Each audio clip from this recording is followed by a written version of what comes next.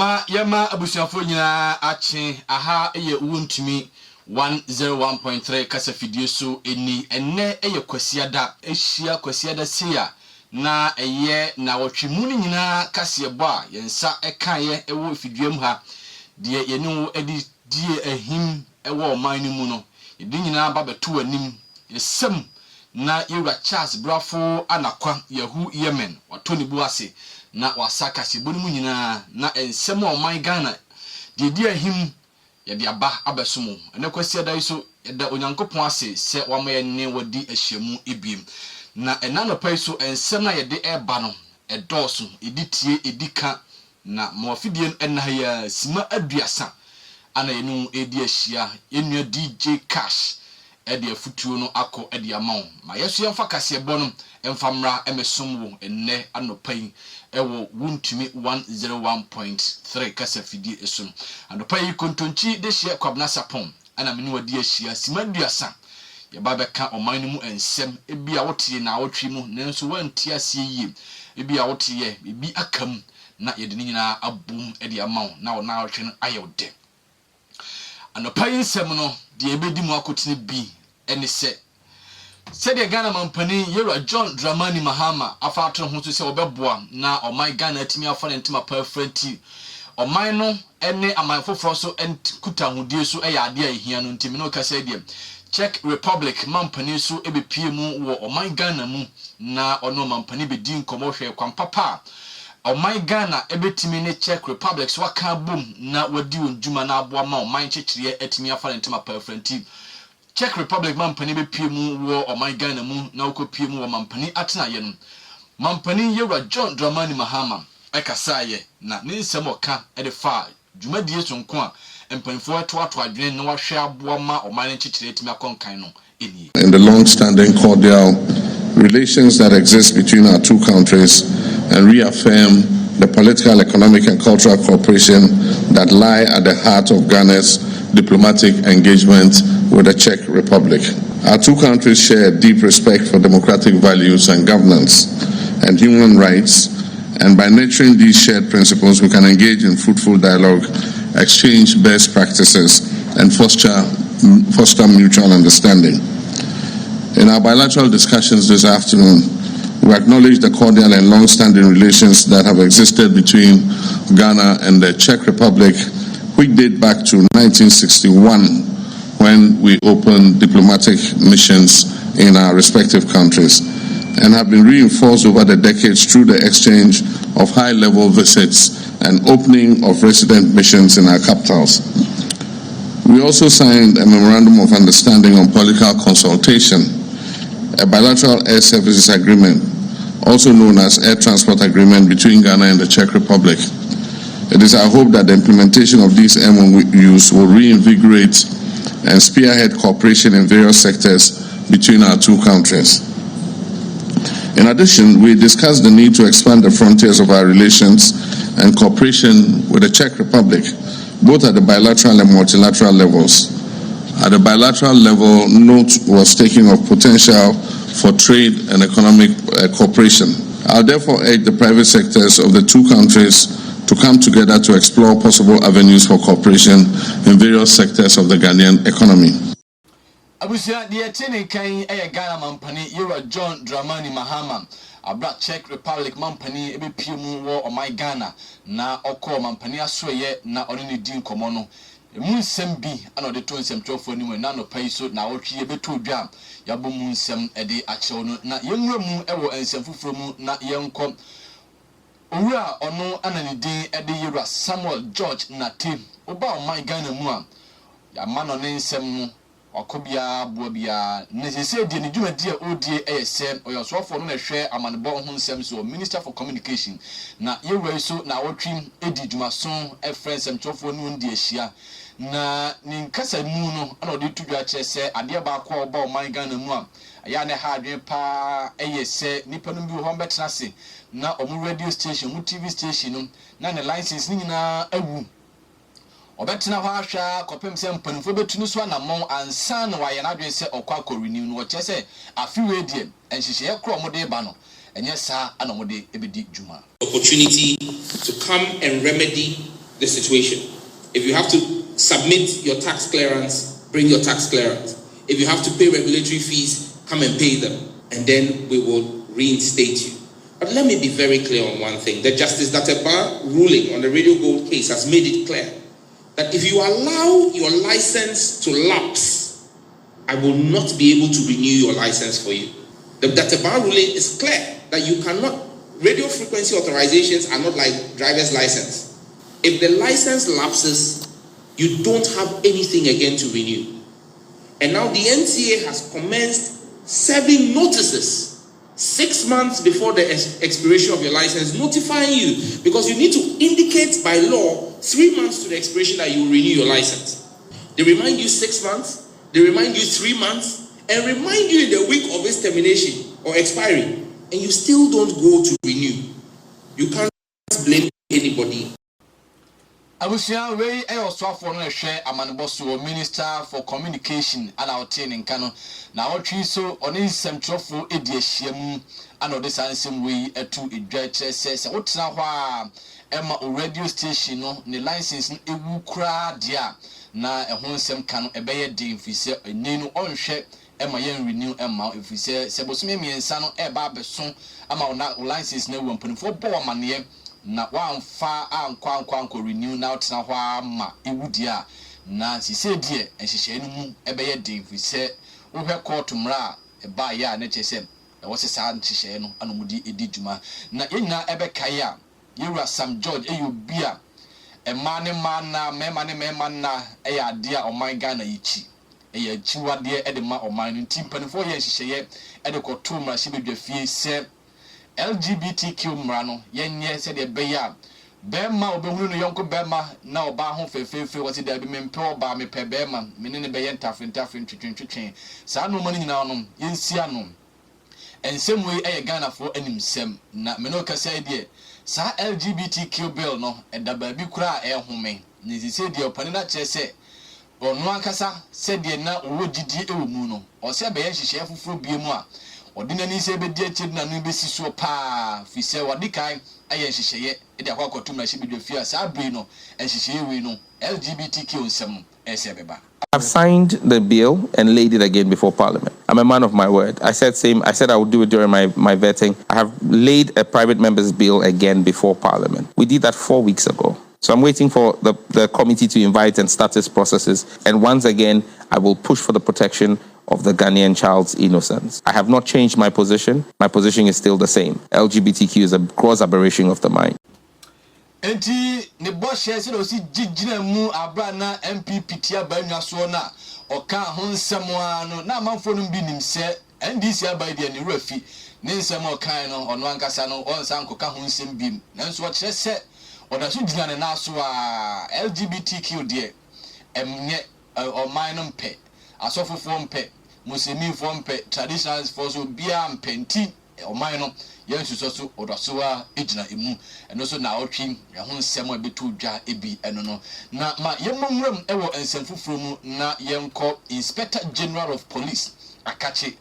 said yenhyehyɛ yegu akwan so na mpanimfo hwese bokoso asomdwie ebeba ho na adehye wo ho so betima num asomdwie abuo mu nti na otwi IGP so ekokopie mu wo ho ko hye adehye no mbo se obase omo a se etuo totoɔ na omo tu kum nipa no osere omo mfo tuo ne nto ho na omo so omo nim tuo ne to pa nti se ne no hyehyɛ ye ba se ye be fa policefoɔ ye be fa sojafoɔ a mabru na wo bokonom a obemie fo mo adwuma mu pa boa ma tuo no etimi akoso abo man Ghana na emom ye tutuo no e de akum nipa de obesere se empanimfo na wo mpatam ho no ne mabru no emfo wontu entofem. Let the firing of the guns stop so that we can feel comfortable to bring them here. They are ready to come, but they said if they wake up, they hear firing of guns. Please let them stop firing guns. I appeal to all of you. Let us all stop firing guns so that we can bring a lot of investors. We can escort them to this place. We can tell them that Boku is peaceful, so they should all come and let us help Boku. My brothers who are holding the placards, I've seen all that we have written of the guns, and we are going to work towards it. Let the firing of the guns stop. we are going to work towards it so that there will be peace. And I assure you that when it comes to recruitment into the security services, I'll bring a special team to Baku so that we can be able to get more of the people that are now growing and retiring from these communities who are very energetic and strong and have helped us to bring peace to this country, to bring peace internationally. We can continue to get more of these youths also getting jobs. I thank all of you for listening. This is my first visit. Enti wei eye me visitor edi kan ana menemu edi nkomo enti mesrem se etuotuo na ekoso wa ha no muma etuo entwa na maye nhihye a me de beboa se de beye maburu no so ebetimi anya police soja mu ani immigration aka no bi mu na yedom akwa hyehyem na aboa ma asumdwe no aba de tinin kan eye Inspector General of Police Yera Christian Tete Yohunu ana ode sansemu etudwa bra okopie mu wo boko na ma yemra asante mantemu na MPP etiso no na ehihye eyese okọ mansini ahodo bia na omampanin ewo nipa no bia osi na nan mu ewo ho na Yera John Dramani Mahama so befa baanu etranso wa hyase ebobo nipa no bi din a omukwa kogina nan mu ewo mansini ahodo no mu nyina na asante mantem so na wotwe yete asemde eyese Yera Kinzuba so ampanifo boni din a ni din ede Richard Ofori Ajiman KMB kotena simpanifo no hwe to aba ede ma no na nkunimdie kobaaye no na ani ede pa na abra 98.2% assembly members ejini tumu no Yera Kinzuba ekasaye na yentie ne nsem a oka yebi se Yera tuko osetu otoso bi na asante wanya kuma akamara eti asante kase na kama Yera asante se me so le bi na onya me hujidie se ye me na chema en me fa ti pe fo eka ono so ojiri tuma leti ni ayo eti edede me ya asante kase any asset man. Yama abemo ahima we constituency chairman of the 5 constituencies and I go area the park no MPP constituency chairman 5 of sa massive metro assembly also Meda ye MP almost what did you no fair assembly members I work in areas of separate my it also enter Meda almost Meda you come as well then you have Matisa press conference nema minimum omo je ku oju no mo so say ma pe ni say ye omo ti ti afa no fi ajuma ko ye o ma se eti ma pe ni fa ala ya to me so ba ko fe me say MC o ma se me ya 98% na me 98% no e we ajuma and then so me ya 98%. But the 98% no fear. Obviously, of the fact, it's a new my brain was now, mediation. Master, Wontumi. I am back. I do not make 150 minutes. I do not have I am a penny and 7 minutes. That's what we have to do. I read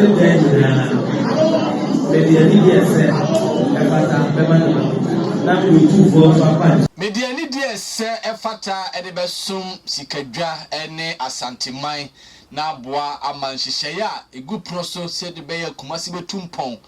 eno ana medi ebedi dwuma eye owura Richard Ofori Ajiman Kinzuba new municipal executive ai kumasi de oba ye kano mayor KM mayor ana kasa ye brampanfo koje ni tumu na oba be dini dwuma de aboa ma kumase ene asanteman atimi afa ne ntema pa efra na nsentenu a ne beto dwa se ukọ adumu a blue light ɛhɔ ahye na ɛhɔ hye yi ade hye bebre na ɛde oni akyire mu hɔ ɛde on yɛ akonsɛm ɛde akɔma adwadifo ɛwɔ hɔ na de na ɔtwi so ɔmo de ɔmo ni kyire mu ɛwɔ hɔ ɛyɛ ɔba asante mantam ha empisa ɛwɔ ha no ɔmo so ɛde ɔmo ni akyire mu ɛwɔ hɔ de ɔmo yɛ akonsɛm de ɔmo nsɛm ti kakra ɛde kɔkɔboa adwadifo ɛwɔ hɔ sɛ de bɛyɛ ɔmo ankasa so ahyɛ ɔmo ho sɛ ɔmo besi so tɔɔs no ɔmo betumi adi dwuma na aboa ma bibia akɔso kama ɛde ama wɔn na bra sante mantam MPs kan wɔn ho bɔ mu na ɔkɔ hɔ kɔyɛ wɔn ayɛ no de ogya wɔn nan mu ɛkasa ayɛ ɛde nsɛm wei atu edwa yɛkɔ na yakwakotie nsɛm a MPs a ɛwɔ asante mantam na yɛ de ani die kyerɛ ahwehwɛ mu ahwɛ sɛ deɛ nɔɔma esi ɛkɔ ɛno tie mpanyinfoɔ ɛne nyinaa yɛhyia yɛ ade yɛ yɛ sɛ brɛkyɛ sɛ abɔ ɛwɔ fie a sabi yɛsɛ mo asena ne bi koraa no ɔkɔfare nsɛm ɛtie ntumi ntena ase na sɛm kɛseɛ wɔ yɛ aba fie a sabi na ɛtena kran ɛno tie yɛ kyerɛ yɛ nso yɛbɛba ne ani aba bɛhu deɛ ɛkɔ na ɛmmoa biara a yɛde bɛboa yɛ maame nom yɛ nuanom yɛ papa na deɛ yɛateɛ nsɛ sɛ wɔn mo ankasa asie yɛbɛgyina nɔkyi ataa nɔkyi abiɛsi sɛ yɛnyina yɛnim sɛ yɛ maame ne bia papa no sɛ wɔatefia mu bia bɛduru sɛsɛ a ha ana mahoɔden afiri yɛnim sɛ dodoɔ no so na aka wakyire na sɛ wonya adwuma yɛ a ana dodoɔ no so ɛbɛnyi aba bɛyɛ mpanyinka ɔnti ahyɛnte kɔkɔ sɛ wɔ parliament sɛ ka yɛbae a yɛkuta yɛn nsɛm 150,000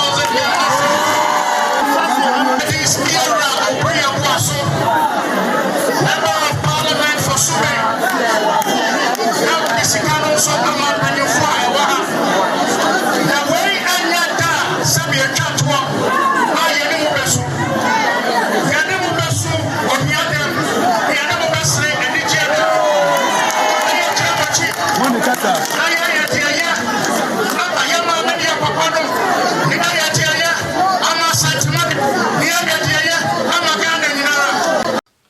enti yɛbɛ time wachi Bible says obi su a ɛne ne nsu obi srɛ a ɛne no ɛnsrɛ enti enne a mo wa ahohiahia mu yi ɛne mu nyinaa ɛne wɔ ahohiahia mu wei ɛyɛ asante mantam mu MPs a ɔka wɔn ho bɔ mu na ɔkɔ adum blue light ɛkɔ yɛ adehye no bi a ne no egya ahye wɔn egya padeɛ nyinaa ayɛ no ɔpani ogyina wɔn nan mu ɛkasa ayɛ yɛ mmarahyɛ bedwane de ma adehye a ɛwɔ atwoma kwa ngoma ana odisa ensemu yi atudwa odumanyamfo amankwa manu ana ogyina ne nuanom anamu edisa ensemu yi atu edwa na anopa yi mame enkamfo time herbal mixture enfamao se enuro ne doso ene wo edwa so na emum de obanom abetu yade ase ede amawo eye time herbal mixture omo ana akofo nu papa no de abegudwa so ene etu yade ase se malaria bi ene etieti wo wonu mu ato wontimi enidi wadru eye se obenom time herbal mixture wohunam dua no ya obeda ba sore no ase abo adu a onom ebeboa time herbal mixture kokope binom na emmo obi wo hoso obonse nsansan guni be ma ho na immune system no enkoyi wadru time herbal mixture time time no ana wonya bi no mo a ebeboa pa Frempanifo ewa homatrufo isu 0244 417 669 0244 417 669 eso eno eya homa o frempanifo a omo ebeboa na enei no obi wo ho a oba ne tinwi ode afi enum na etite o na ebubu na ne tinwi ni nyina esa o chense be ma bia bosakula a oba emfata kokope BO16 professional styling gel kunbi na efasra se utim na utimi ni befu kama utimi ni befu brum be ma so pese onya nwi a odia ne se the GC brands enkun papa BO16 professional styling gel enu bi ana akope na odisra se utim a bibia bekoso kama edi ama bowra mu e store bia ye tonkun na ka che mu se ope BO16 professional styling gel enkun ibi na ombe ibi edi ama na bibia akoso kama edi ama ye koso eden nsem no edi amount wei eye kwasiada kasebo na kwasiada de ne de ebia ne eye da edika utie bia eye na otwe mu ne nsem nyina a eba oman Ghana mu de befa Wontumi kase bomu no na kwasiada ya satra se na yesiw so ebiem na bibia akoso kama edi amaw na ye koyanim ewo ensemfufuro mu galamse eye ekon a na adedankwa akufo ada abra na otia banwa so di na kunya kora to so se obehwe no akon na se wantimi ankon a ode na kunya eto so oye bia na ankoyi amfa ma se de na oman Ghana esi hwehwem na no pese ode abafu kwanso na ekon enti ohwe ema ekoto drones na interministerial committee for ehwe se obeto sa drones na bra aban esisa ye na oswafo foforo baye ona hwe oman Ghana asasem so ene obade adoma chede na ansantwofo hye na ebusanse na owe galamse kun ye oman no esu aye na enei no wankasa wabai enhihye be na wodi gu akwanso na drones empanifo cars wokoto dia baba be kun galamse yi ehun nsem se edesitie na yero amakofi bua eche se onu ankasa kra be fa banwa atransu se drone no ye to baako ye to mienu anase ye to se kra no ono onim ho asem. I know that using modern technology is very critical in this work, and I think from here I'm going to see some geofencing activities you guys have done here and see how we can even make it bigger and expand it. Yes, there was reports of drones and other things. We interministerial committee, but I can tell you that it's probably part of the things we are looking at. I have not seen the drones since I became a minister, and I don't know exactly where they are. Maybe Mr. Isi will tell me where they are. Enti oswafo aba oman Ghana mo se ono na hwe ensase semso eni obade adoma chede ode adom ye no ana de sanse mu atudwa chese se drone no ehon sem ye to baako ye to mienu no onim ba bi ye wo se swafo no na eno chi no ana swafo akane no no ono so ene da asoye na no ye Lands and Natural Resource Minister kane no eye Yura Samuel Abujinapo no ono so kire se ono so krankasa no ebra na odin djuma se swafo no wa hunti se nei Ghana fo no mu nchiremu bia na so mo pemu nsem ohuna opani be ni musa no. Minister, there was no handing over, no two suggested that drones had been bought. Neither were there any drones handed over to me as minister. And my response has always been the same. Just as the Minister Boa is indicating, that nothing like that was handed over to me, and these drones were supposed to have been bought during the tenure of the Interministerial Committee by Professor Frimpong Boateng. And if there's a place where you should always find records of mining, it should be the Minerals Commission. Enti se mo pese mo hunu ba bia drones no ewa media enya me ho anewo enti yenkobisa Yura Frimpong Boateng ono anempanifo de hye ne nsa se obehwe na wadi hu dwuma na enye de semfufuro emu na otwi so ebeto dwa se kane soafo abedi echi ede ma so ye hwe enwumasua so eyunyam intim fodwo na esedie na otwi se de ono so gini din no empanifo ko na kache se okwa akoche no ni nyina se ne nse wodi tu dwa namba se omba na oba be nhwehwemu boa na bibia akoso kama nti na otwi and before able PM or Paninu Fee, Madam Kumane warm like she made your fears to catch it there be. And you cross almost na or Panini chin to almost call her Echo Tana Chi say or Mama and before Enfano Enco. Now, in some way, able to be any probably now Edward and no atumbi. Now, Oko on one cassa new chrome as sinner. Adesha also do not to be say or Panini and somebody to Garam. And you cross a cocochino, near mum and Semno. And I was employing for her na odin hwehwemu ba na omampani pese wachi obi a eye wona osusu se odi cocaine ba ye no and was wakochi won asema be ka fa won se no ba jontin for mo nsuru ye bia na for eye no ne NDC for eye no a pele so fosu kwachi e shechiri certain action yen kwachi Reverend jontin for do enye yen wanwa se fosu kwachi o yes a oben ye ha we kire se NDC amayoku no mmeboaye nipa na kire se cocaine is no ma bia akoso a won tiase enti yenye hu hwehwemu we hwehwemu we kire se wiya we utumi tu na modi nkofo gugu no se na je mugoku na sam ko yedai ya sense of the support Reverend jontin for do se onkoso nye de ho ye no moa Ghana mine asema na ama sense of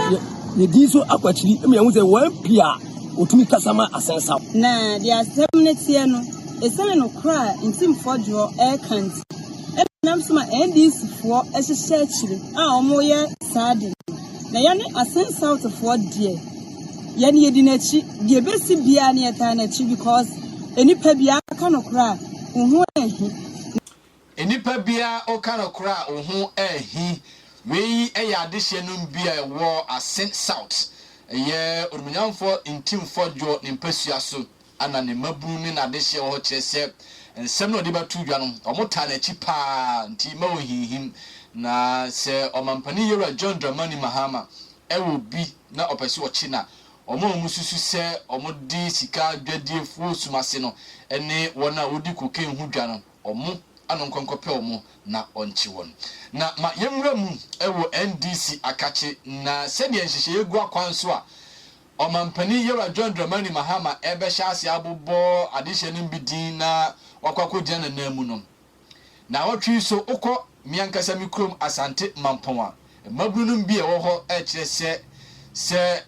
adehye pɛsɛ asumdue ɛba hɔ de a na nipa a ɔmo pɛ no ana ɔmo mfa no mmra na sɛ ɔmo amfa saa nipa kɔ na ɔmo pɛ na amade a ɛntɔkɔ paa ɛna besi ɛwɔ hɔ nti wohwɛ na wɔtwi mu a ɛneɛ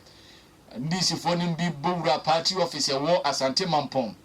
sisa no man bi begu abɔnten twitwa agya tomu ɛma ɛbɛyɛ digya saa nsɛm kroya bi so akɔso ɛwɔ kwada so ne hɔ deɛ ɛmaburu no kyerɛ sɛ ɛnyɛ chairman Molo dia ma wɔmfa obia ɛma empasua no so because of Chairman Isa ope MC kwada so municipal Chairman Isa Molo obia wasom party no achi ye create kwada so constituency yet the year 2004 Chairman Isa adwuma from 2004 why branch executive member why youth organizer almost all the executive position at constituency nina Chairman Isa chairman position Chairman Isa for TT unit or home or father for all the one two party na jeje mu friend ewiemu ensumo Chairman Isa anytime available be and the break is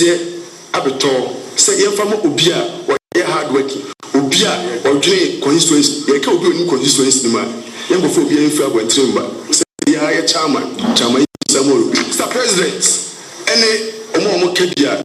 ewum no ye ade srede na eto manim say yame boa na say ye obi amana abeledi kwada so municipal yes sir Mr. President any chief of staff say you be appointed Chairman Isa Molo nti yebe appointed Chairman Isa Molo se onu ne ba beye MC di amade hye wo kwada so we ye NDC mabunum bia ewo kwada so no mo kire se ise die se asumdwe beba de a na Chairman Isa Molo ana mo hwe animu sempanfo ede no ebeba abusua no paiso